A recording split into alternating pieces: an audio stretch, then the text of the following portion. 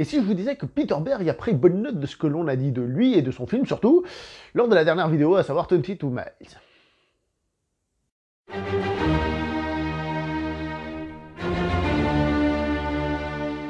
Bonjour à vous cinéphiles, Spencer Confidential de Peter Berg, avec étonnamment Mark Wahlberg. Franchement, je suis étonné que les deux travaillent ensemble, je m'attendais vraiment pas à ça.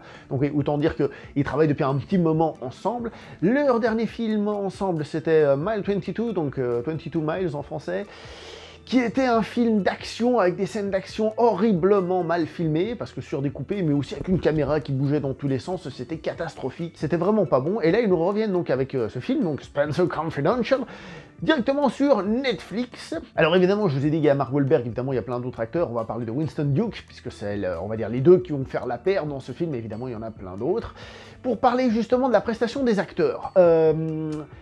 Comme le film a beaucoup d'humour, il y a beaucoup de second degré dans leurs prestations, donc même un Mark Wahlberg dont je suis pas extrêmement fan de ses interprétations, c'est pas un très grand acteur, il faut dire les choses comme elles sont au niveau dramatique, il a pas une palette de jeu qui est extraordinaire, bah là, ça colle plutôt bien, donc il est plutôt bon, Winston Duke aussi dans son rôle à lui, il est plutôt sympa, et tous les autres qui sont autour, d'ailleurs il y a des têtes assez connues qu'on arrive à repérer, qui passent plutôt bien. Honnêtement, c'est pas extraordinaire, c'est pas un film qui demande une prestation extraordinaire, mais par rapport au type de film que c'est, ils font le taf, et voilà, donc on va pas se plaindre. La mise en scène, justement, alors, je vous ai dit qu'il s'était amélioré par rapport à 22 Miles, il s'est amélioré un peu, je m'explique. Dans 22 Miles, c'était surdécoupé, il y avait la caméra qui bougeait comme ça, c'était dégueulasse, c'était chiant, voilà.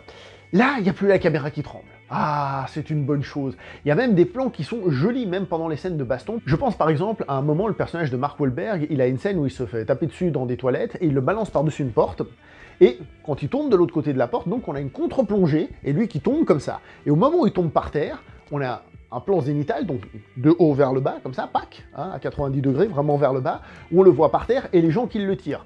Donc on a deux plans d'affilée qui sont très jolis, et qui franchement servent plutôt bien le film. Le film, même au-delà des scènes de bagarre, a des plans qui sont plutôt jolis, et la couleur bleue dans la nuit des gyrophares de voitures de police, par exemple, je trouve que ça c'est très beau. Le film a des plans vraiment esthétiques, ça il faut vraiment le dire. Je reviens aux scènes d'action, je suis un petit peu sorti.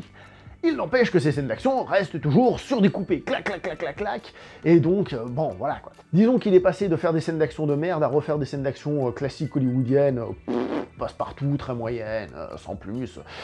Mais bon, au moins, c'est déjà ça de prix. Et en plus, comme j'ai dit, de temps en temps, il met des jolis plans, donc on va pas se plaindre. Et puis vient l'histoire, le scénario. C'est un film qui est étrange parce qu'il mélange plein de trucs en fait. C'est un film qui s'amuse à mélanger donc du thriller, du film d'action, parfois du film social. Et tout ça se mélange mais pas très bien. C'est comme de l'huile et de l'eau. C'est assez séparé. Alors le mélange de genres peut ne pas poser de problème évidemment s'il y a une espèce d'alchimie entre eux et si chacun arrive à tirer son épingle du jeu. Là je trouve que ça fonctionne moyennement pas. Le côté body movie, puisqu'on est face à un body movie un peu, entre guillemets, à l'ancienne, mais pas tant que ça, parce que je trouve que, justement, c'est quand même fait de manière relativement moderne. Donc, certains, on en avait parlé en live, disaient que le fait que ce soit un body movie, c'est un vieux, si vous voulez, une vieille façon de faire des films qui de nos jours passent mal. J'irai pas jusque-là. Personnellement, c'est pas là que se trouve le souci au niveau du body movie, c'est surtout qu'en fait, les personnages, certes, au début se tirent la gueule, hein. D'ailleurs, je profite, une des premières scènes où ils se rencontrent, ils sont filmés dans la chambre, chacun dans leur lit, et on a encore un plan zénital très très beau, magnifique, très esthétique. Donc bref, je reviens. Au début, ils ne s'aiment pas, et ensuite, comme dans tout body movie, après ils s'apprécient, puis normalement à la fin, ça devient les meilleurs amis du monde, etc., etc. Mais là, je trouve que ça manque de connexion, c'est-à-dire, j'ai pas réussi à trouver vraiment le moment où c'est on se déteste, on s'adore, le moment où il y a la bascule, le moment où là on est prêt à faire tout l'un pour l'autre. Alors évidemment on peut le faire par étapes, de manière un petit peu plus crédible, etc., etc. Mais à aucun moment je me suis dit, là ils ont fini leur connexion, là leur connexion elle a été totalement faite. Et je trouve que c'est un petit peu dommage parce que c'est un des moments les plus jouissifs d'un buddy movie. C'est un peu une espèce de climax, c'est le moment où tu dis voilà, là maintenant ça match. Tu vois. Je trouve ça un peu dommage. Autre particularité qui découle en fait du buddy movie, c'est que le film se voit venir de très loin, c'est-à-dire les conclusions, tout ça, ça se voit venir de loin. Et le problème, c'est que le film, parfois, je trouve qu'il pêche avec certaines longueurs. Il y a des moments où, ouais, ça s'étire un peu en longueur. Et malgré tous les défauts que je viens de vous dire, donc des choses qui sont juste correctes, et tous ces défauts-là, le film, il est divertissant. Il est divertissant pourquoi? Parce que justement, ça se prend pas au sérieux, il y a du second degré, ça rigole, donc il y a quand même un côté divertissant, et puis le buddy movie, c'est quand même une formule de divertissement, on va dire, pure, et qui a fait ses preuves. Donc, le film arrive à être divertissant. Et ça, c'est bien.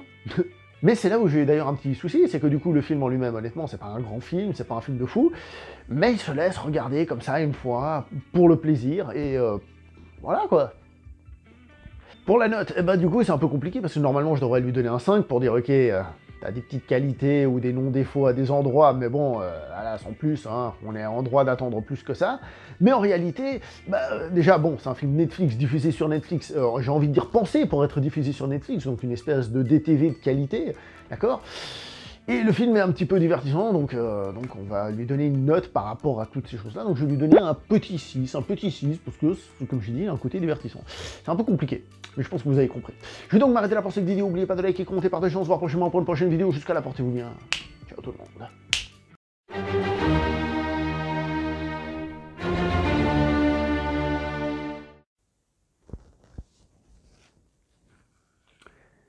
J'ai aucune idée de ce que je vais dire, et en fait, c'est un peu le même problème que le film, quoi. C'est un peu la vacuité du truc, vous voyez. Vacuité. Va te faire cuire un œuf.